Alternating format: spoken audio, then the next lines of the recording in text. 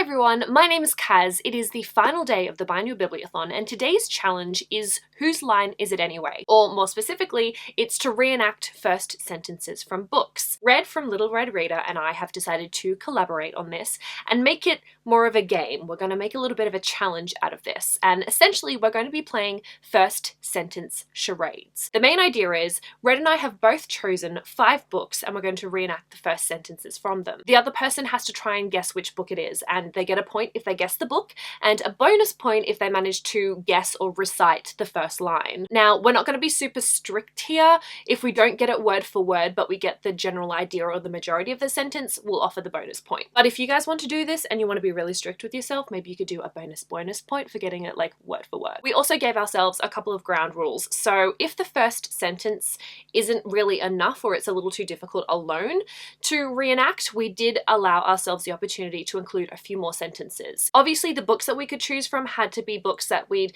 either both read or would likely be familiar with, because there's a lot of books, especially classics or older books, that have really iconic first lines that a lot of people know, even if they haven't necessarily read them. So in those cases, we were a little bit lenient, but for the most part, there had to be books that we've both read before. The only spoken words allowed during the reenactment was dialogue that the characters say. However, sometimes first lines can be quite hard to reenact. So we allowed ourselves to get a little bit creative if the need arose, and we basically allowed ourselves to insert our own dialogue that the characters could theoretically say if it kind of fit the scene. So just an example of something that might work is if there's like a description in the first sentence of the characters are arguing or they're whispering together, and it doesn't actually explicitly say what the characters are saying to each other. In that instance, you could kind of just make something up. And finally, if there is a character name said by a character, you have to bleep it out so it doesn't completely give things away. So those are the rules that we set ourselves. For this video, I'm going to be trying to guess the reenactments done by Red, and in Red's video, she's going to be trying to guess mine. So I will leave a link in the description below to Red's video, so you can go and take a look at my reenactments. But I guess without further ado, let's jump straight in. Just an FYI, as I'm going through the video, I'm just going to be making my guesses, but I won't actually be checking if I got things correct until the end of the video. So let's see how I do.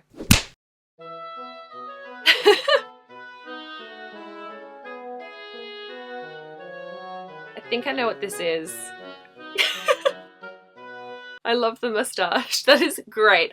Okay, so I'm guessing. I haven't actually read the book, but I think this is a pretty damn iconic first line. So I think it's from Pride and Prejudice. And oh God, what is it? Is it like, it is a truth universally acknowledged that a single man must be in want of a wife or something like that? That's what I'm guessing, since it says, what does it say? Now accepting spousal applications. Love it.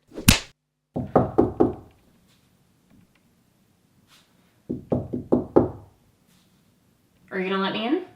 Ahem. Look at the door. Oh, do I have to do this every single time? You know the rules. Okay, what is it this time? And finally give me the sound often heard during the search for a hard-to-find word. Now string them together and answer me this. Which creature would you be unwilling to kiss? A spider. Duh, they're disgusting. Can I come in now? Correct. You may Thank you. Oh my God. I have no idea.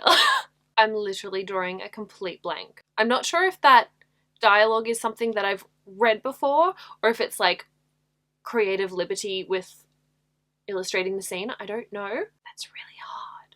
Nothing is coming to mind.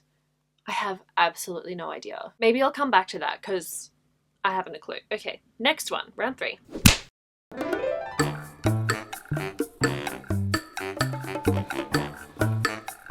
What?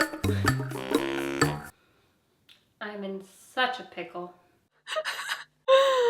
Oh my God, what? We've got a dude, I'm guessing, who's looking between a mustache and a crescent moon. Like, the only thing I can think of is relating it to like a werewolf or something, but it wouldn't be Scarlet. What does it mean?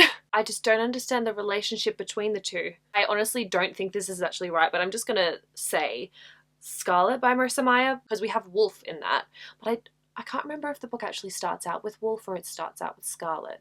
I don't know. I don't think that's right, but I'm not going to get this one. So moving on to number 4.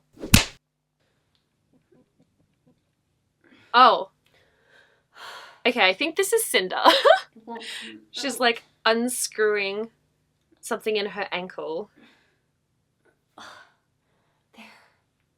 Finally. Yeah. Cinder is a cyborg.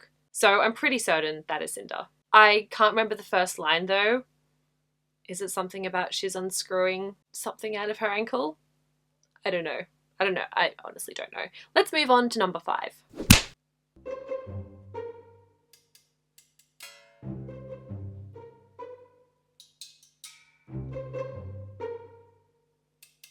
Oh my god, this is absolutely a darker shade of magic. Oh my gosh.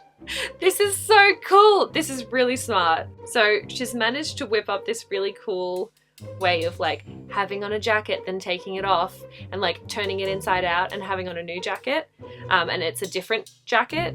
Oh, what's the first line though? It's something about Kel having a many-sided coat.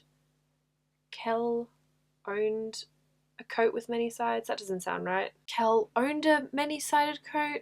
Kel owned a something. It's something about Kel owning that coat. Can I just say I love the way that Red depicted that first line and the fact that the coat has many sides, because I honestly think that's so clever. I'm still not sure about the one with the riddle.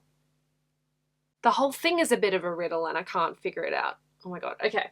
I'm just going to go to the answers and see how I did. Okay, first up, Pride and Prejudice. Yes, it is a truth. Oh, okay, so I missed a chunk of the first line. That actually makes so much sense because when I said it, I was like, there's something between the single man and the wife bit, but I couldn't think of what it was.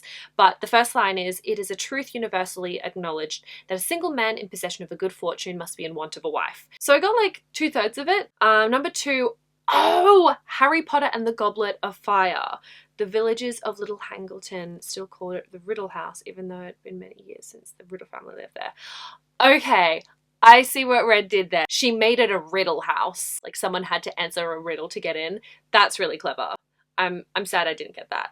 Number 3, 6 of Crows by Leigh Bardugo. Juiced had 2 problems, the moon and his mustache. Oh my god. I'm really disappointed in myself that I would never have guessed that, but that first line does not look familiar, and that's really sad because I read 6 of Crows like last year, so shame on me. Number 4 is Cinder by Marissa Meyer. The screw through Cinder's ankle had rusted, the engraved cross marks worn to a mangled circle. Number 5 is A Darker Shade of Magic by V.E. Schwab. Kel wore a very peculiar coat. Ah, okay. The next sentence is, it neither had one side, which would be conventional, nor 2, which would be unexpected, but several, which was, of course, impossible. So, I managed to successfully guess 3, and I managed to, like, half guess the first sentence for one of them. I mean, it's not bad.